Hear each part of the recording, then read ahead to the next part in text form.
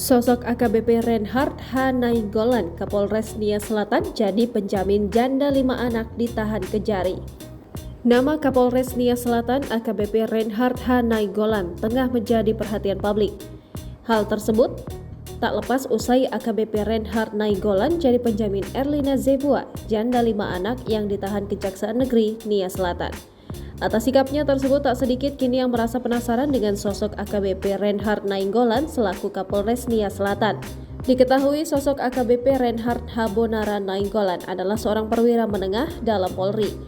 Ia memiliki nama lengkap AKBP Reinhard Habonara Nainggolan SH SIKMM.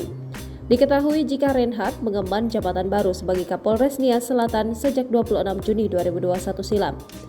Saat itu, AKBP Reinhard menggantikan Kapolres lama AKBP Arke Furman Ampat SIKMH yang menjabat sebagai Wadansat Brimob Polda Sulawesi Utara. Hal tersebut mampu ia raih lantaran karirnya di dunia kepolisian tanah air yang telah melewati banyak lika-liku.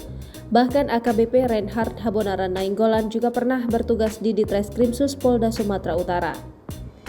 Kapolres Nia Selatan AKBP Reinhard Nainggolan bersedia jadi penjamin Erlina Zebua, janda 5 anak yang ditahan Kejari usai pelimpahan yang dilakukan polisi ditangguhkan.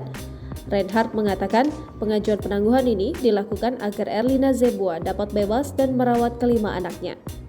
Menurut Reinhard, 2 anak Erlina Zebua kini dalam keadaan sakit. Keduanya sempat dibawa berobat ke klinik Polres Nia Selatan untuk mendapatkan perawatan intensif. Jangan lupa subscribe, share, komen, dan like ya!